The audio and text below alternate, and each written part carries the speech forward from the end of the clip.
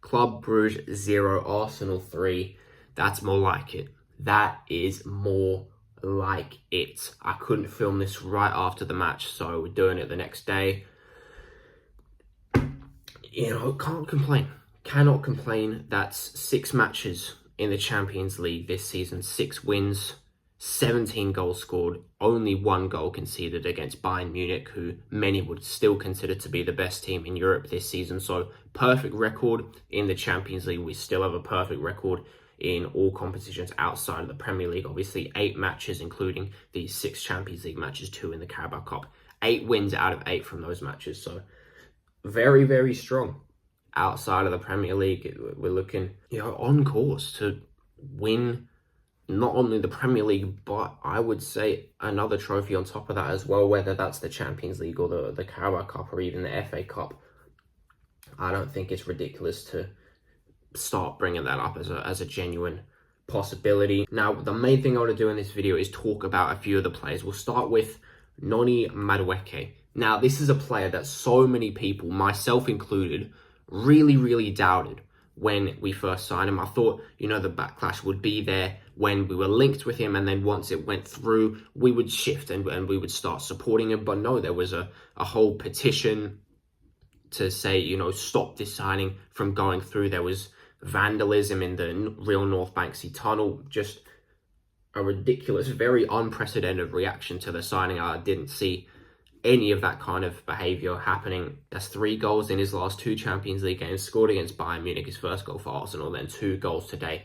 That first goal, I think we have a contender for goal of the season. I do believe that one is better than Martinelli's, purely because of the run beforehand to beat one of those players. Noni Madueke, take a bow.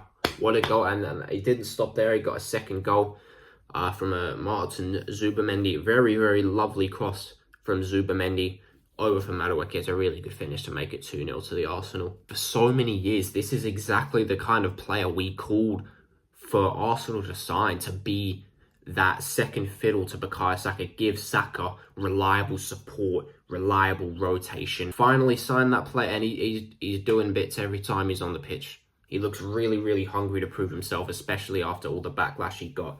And he's proven us wrong. It looks even better on the opposite side of that 2-month injury that he had. So Noni, keep it up. You're absolutely smashing it. Second player I want to bring up, Gabriel Martinelli. This guy is turning into a Champions League night demon. First Arsenal player to score in 5 Champions League matches in a row. 5 in a row. 5 in a row. That is elite goal scoring form from Gabriel Martinelli. And then that goal as well. I said it, not far off Madueke's first one. What a goal. And these are the kinds of players that you need to show up on these big nights. I know it's only Club Brugge, but come on, you cannot ignore 5 goals in 5 games. 5 games in a row that he scored in the Champions League. He loves these big nights. He hears the Champions League anthem and a switch just turns on in his brain. And he just goes full demon mode in this competition. So Gabriel Martinelli, keep it up. Keep scoring goals in this competition. It's going to be really valuable once we get to the knockout stages. Goal against Real Madrid last season in the quarterfinals. Hopefully he can replicate something like that this time around. Another player I want to bring up is Christian Norgard. He did not have it easy at all today. He has not played much football at all recently, and then thrown in today at centre-back because there was no Saliba, there was no Mosquera, and then we wanted to give Jurien Timber a rest, which is fair enough. So Christian Norgard thrown into a very unfamiliar position, and I'm not going to entirely say he looked the part, because we did still look quite open at the back, but he did a job. It is very comforting to know that we can be without Saliba, Gabriel, Mosquera, and want to rotate Jurien Timber. We could throw a midfielder into the back line in a away Champions League nights, and he does a job. That's the level of depth that we have in the squad. It's obviously not sustainable. We need to get our centre-backs back, Mosquera, Gabriel, Saliba, as soon as possible, because we just look way too open at the back. But today, as a one-off, I want to give a round of applause to Christian Norgard. Great performance from him. And then on to Gabriel Jesus. First match for Arsenal in just under a year. He last played around mid-January in the FA Cup against Manchester United. That is the match where he tore his ACL. Been a long recovery for him. He's back now. He had a couple matches on the bench in our previous 2 matches, didn't get on the pitch. Today he gets on the pitch, and I thought he looked really, really sharp for someone playing their first match in 11 months. Unlucky not to score. He had a shot rattle the crossbar. So Gabriel Jesus is really good to have you back, and he's going to provide some nice competition to Gyökeres. Victor Gyökeres is not at all a fast player on the ball, and then the excuse is always, no, he's scoring goals, so it's fine. We can put up with it as long as he's scoring goals. Now, he's not scoring goals. The last goal he scored was Burnley. That was over a month ago. I know he had a long layover with injury. He's been back for a few games now, and I'm yet to see any real impact. I will support him right to the end. I'm not in any way giving up on him. All I'm saying, Gabriel Jesus, if he's looking like that on his first game back after 11 months out injured, he's going to provide some serious competition. Gabriel Jesus, when he's fit, firing, confident, he is dangerous. And that match is going to do wonders for his confidence back after so long out injured, looking really sharp. So Gabriel Jesus, welcome back. And then the last player I want to specifically bring up today is 16-year-old Marley Salmon. Take a bow. It is not often at all you see players making their Arsenal debut at such a young age. He's come in because of all of these injuries, and he got in the chance today.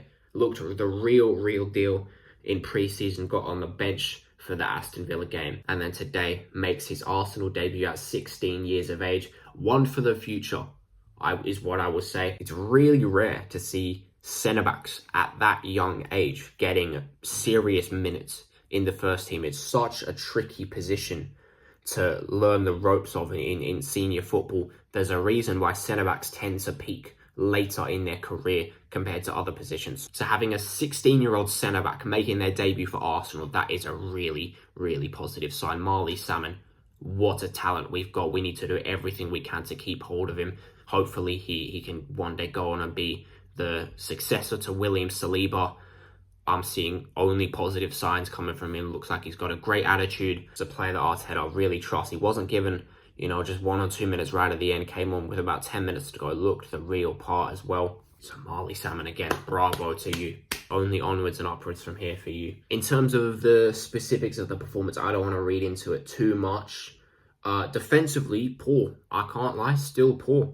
Didn't look like much change from the Villa match. Again, Hincapié doing everything he could, Norgard doing everything he could. It's really a matter of just needing our centre-backs back. Saliba and Gabriel, having neither one of them fit and in the team, we just look so much less stable at the back. Every match this season where there's been no Saliba, no Gabriel, I can think of the 2 matches we've just had. There was Brighton in the Cup. We just never look fully stable at the back when neither Saliba or Gabriel is fit. And I never thought we were fully in control. Club Brugge had their chances, 7 shots on target in total it was. Possession was basically 50-50. But, I won't spend energy complaining, right? You can't really be too mad about a 3-0 win under these circumstances. 3 out of our 4 senior centre-backs out injured. On top of that, no Trossard, no Declan Rice. Saka and Eze both started on the bench. Calafiori started on the bench. Had to play number 6 at centre-back in Christian Norgard, who again just has not played much football recently at all. Given all those circumstances, 3-0 win, you can't complain. Possibly the thing that I'm happy about the most is the rotation.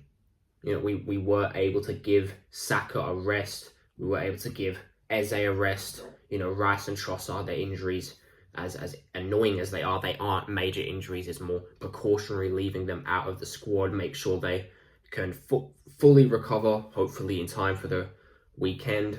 Juri Timber given a rest as well. I'm looking, and it didn't look like he was actually in the squad. Let me check Arsenal's website to see if that's the case. Yeah, looking on Arsenal's website, no Juri Timber in the squad at all. That's news to me. We're going to have to really hope there's nothing serious on him, because what a player he is, what a miss he would be. I do not want to have to go into a Premier League game starting Christian Norgard at centre-back, but that's what's going to have to happen if there's no Timber on top of the of the 3 centre-backs we already have injured. Regardless, it's job done. On to the next. We are not entirely mathematically qualified through to the round of 16 automatically by finishing the top 8.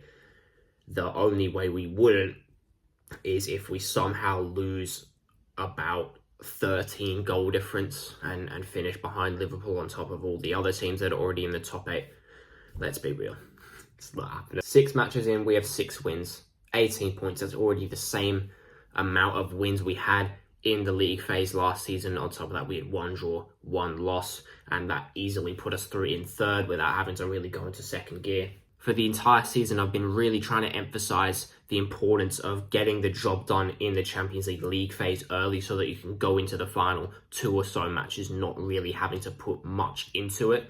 And that's the beauty of what we've done. 6 wins in 6 matches means we can go into Inter and Kairat Almaty and we can rotate and we can afford to take it a bit easy. Obviously, you want to go away to San Siro and get a big win. That would be a massive statement against Inter, who finalists last season. But that match and the Kairat Almaty match, it's not absolutely imperative that we win either of those matches. So if we want to, we can play Inter and Kairat Almaty using a rotated squad, starting some of the academy kids, some of the fringe players, giving key players a rest like we've done today. And that's especially important because those 2 matches come in mid to late January when the fixtures are really, really congested. You want to have those 2 matches with as little riding on them as possible so that you can rotate, so that you can rest. And that's what we've done. 6 wins from 6 matches, 18 points.